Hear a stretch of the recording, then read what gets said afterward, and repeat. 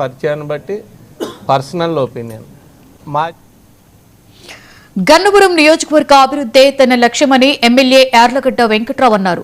Vijayawada rural మండలం నున్న గ్రామంలో ఆయన పర్యటించారు. ఈ సందర్భంగా పల్లె పండుగ 2.0లో భాగంగా 2 లక్షల వ్యయంతో నిర్మించిన గోకులం షెడ్ ను ఎమ్మెల్యే ప్రారంభించారు. అలాగే కోటగట్టు సెంటర్ దగ్గర కొత్తగా నిర్మించిన సర్దార్ గౌతు లచ్చన్న గౌడ్ బస్సు షెల్టర్ ను ప్రారంభించారు.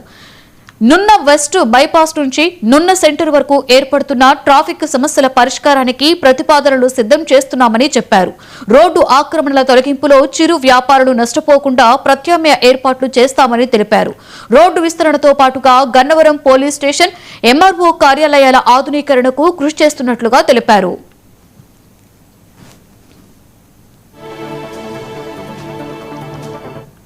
కోట్ల విద్యుత్ భారాన్ని తగ్గించాం. విద్యుత్ ఛార్జీల మీద పెంచమని ఎన్నికల ముందు ఎన్డీఏ కూటమి హామీ ఇచ్చింది. ముఖ్యమంత్రి చంద్రబాబు నాయుడు గారు కానీ, లోకేష్ బాబు కానీ, అలాగే ఉప ముఖ్యమంత్రి పవన్ కళ్యాణ్ గారు కానీ ఎట్టి పరిస్థితి ఎన్డీఏ కూటమి అధికారులు విద్యుత్ ఛార్జీలు పెంచమన్నా విద్యుత్ రంగంలో సంస్కరణలకు ఆద్యుడే చంద్రబాబు నాయుడు అంటే ఏమాత్రం సందేహం లేదు. రాజకీయాలకు అతీతంగా 1995లో ముఖ్యమంత్రి అయినప్పుడు పరిస్థితి నుంచి తర్వాత రాష్ట్రం విడిపోయిన తర్వాత కూడా మిగులు విద్యుత్తులో 2014-19 మధ్యలో ఉన్న పరిస్థితి. ట్రూప్ ఛార్జీలని కట్టాల్సిందిగా డిపార్ట్మెంట్ లేఖ రాస్తే ప్రభుత్వానికి ప్రజల మీద భారం పడకూడదు, అది ప్రభుత్వమే భరిస్తుంది అని చెప్పి ఆ 4,498 కోట్లు ప్రజల మీద భారం పడకుండా ప్రభుత్వమే ఆ బాధ్యత తీసుకుంది. ట్రూప్ ఛార్జీలు కట్టినందుకు ముఖ్యమంత్రి గారికి, సంబంధిత మంత్రి కొట్టిపాటి రఘుకుమార్కి అందరికీ నా నియోజకవర్గ ప్రజల తరఫున, రాష్ట్ర ప్రజల తరఫున ఎలక్ట్రిసిటీ ఛార్జీలు గత ప్రభుత్వం అన్నిసార్లు పెంచినా ఈ ప్రభుత్వం ఆర్థిక లేమితో అతలాకుతలం అయిపోయిన ఈ రాష్ట్రాన్ని గాడిలో పెడతా ప్రయత్నం చేస్తున్నా కూడా ప్రజల మీద విద్యుత్ భారం, అదనపు విద్యుత్ భారం పడకూడదనే ఉద్దేశంతో ఆ 4,498 కోట్లని